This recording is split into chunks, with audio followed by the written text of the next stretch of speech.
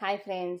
So ఇంక ఇది వచ్చేసి రవ కేసరి అండి. అంటే మనకు తొందరగా ఈజీగా ఒక 10 మినిట్స్‌లో ఏదైనా ప్రసాదం అయిపోయేది ఉంది అంటే గన సో ఈ రవ కేసరి అనమాట. మనకు తొందరగా అనేది అయిపోతుంది. ఇంక మేమైతే రవ కేసరి అనే అంటాం వీటినైతేనే.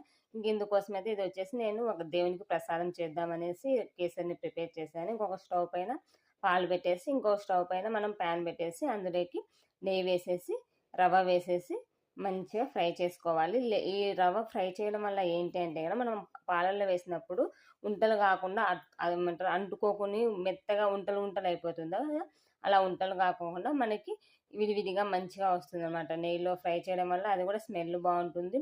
చూడ్డానికి కూడా బాగుంటుందన్నమాట. ఫ్రై అయినది ఏదైనా సరే స్మెల్ అనేది చాలా బాగుంటుంది. సో అందుకోసం అనేసి నెయ్యి వేసి ఇలా ఫ్రై చేసుకున్నాను.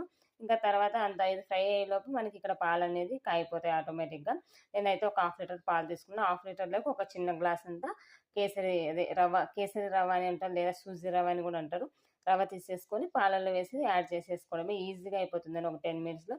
ఇంకా ఇందులోకి కావాల్సినంత పంచదార యాడ్ చేసేసుకొని, కావాలంటే ఇలాచీ అండ్ డ్రై ఫ్రూట్స్ యాడ్ చేసేయచ్చు. నేనైతే ఇలాచీ అనేది కొంచెం స్మెల్ తినరనమాట పిల్లలు, కానీ నాకు కూడా ఇష్టం ఉండదు కాబట్టి నేను యాడ్ చేసుకోలేదు. మీరు కావాలంటే ఈజీగా యాడ్ చేసేసుకోండి. ఇంకా అలాగే కొంచెం ఫుడ్ కలర్ యాడ్ చేసేసుకొని స్టవ్ బంద్ చేసేసుకోవడమే.